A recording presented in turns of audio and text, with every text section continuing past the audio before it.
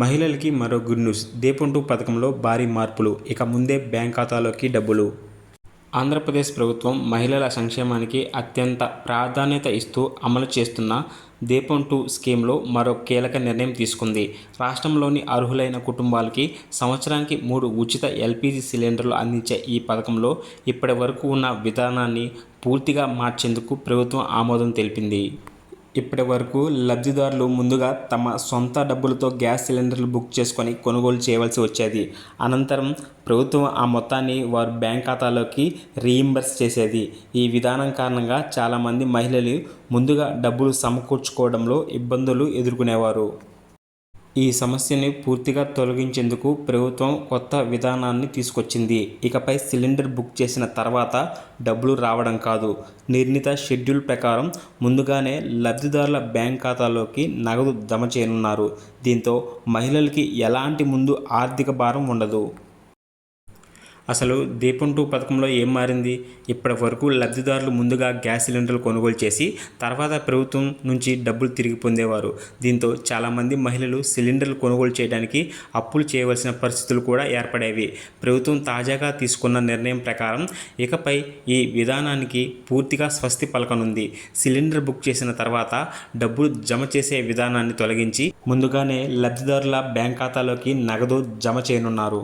మహిళలకి ఇది ఎందుకు గుడ్ న్యూస్ అని మనం చూసుకుంటే, ఈ నిర్ణయం వల్ల మహిళలు ముందుగా డబ్బు సమకూర్చుకోవాల్సిన అవసరం ఉండదు. బ్యాంక్ ఖాతాల్లో ప్రభుత్వం ముందుగానే నగదు జమ చేయడంతో తమకు అనుకూలమైన సమయంలో గ్యాస్ సిలిండర్ బుక్ చేసుకునే అవకాశం ఉంది.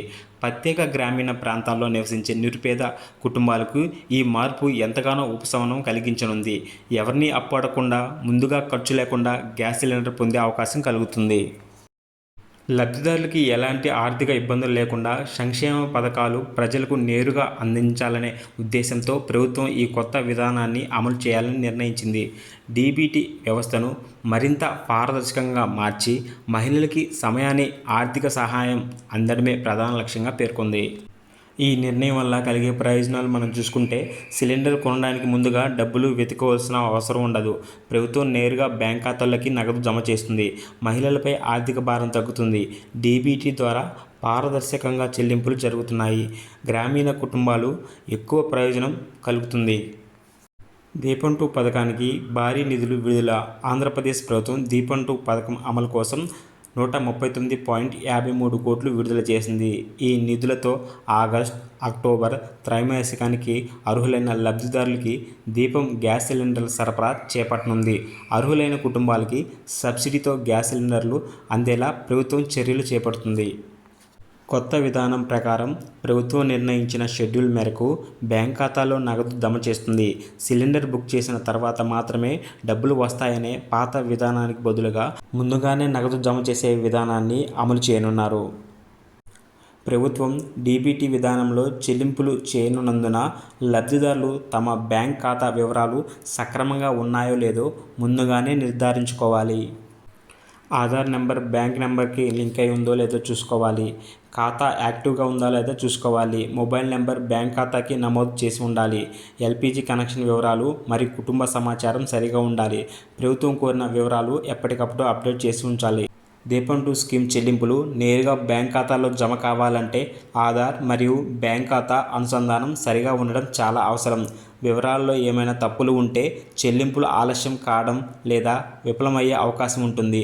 అందువల్ల లబ్ధిదారులు తమ బ్యాంక్ శాఖను సంప్రదించి అవసరమైతే వివరాలు సరిచూసుకోవడం మంచిది. డబ్బులు ఎన్నిసార్లు జమ అవుతాయి?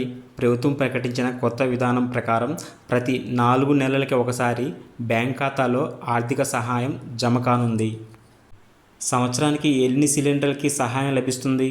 అర్హులైన కుటుంబాలకి సంవత్సరానికి 3 ఎల్పీజీ సిలిండర్లకి ఆర్థిక సహాయం అందించబడుతుంది. బ్యాంక్ ఖాతా ఆధార్కి లింక్ చేయాలా? అవును. డీబీటీ చెల్లింపులు సక్రమంగా అందాలంటే బ్యాంక్ ఖాతా ఆధార్తో అనుసంధానం అయి ఉండడం మంచిది. ఇలాంటి మరిన్ని ఇన్ఫర్మేషన్లు మీ దాకా రావాలనుకుంటే ఇప్పుడే మన ఛానల్ని సబ్స్క్రైబ్ చేసుకోండి. అలాగే లైక్ చేయడం మర్చిపోవద్దు. అలాగే మీ విలువైన సమయాన్ని కేటాయించి ఒక చిన్న కామెంట్తో మన ఛానల్కి సపోర్ట్ చేయండి.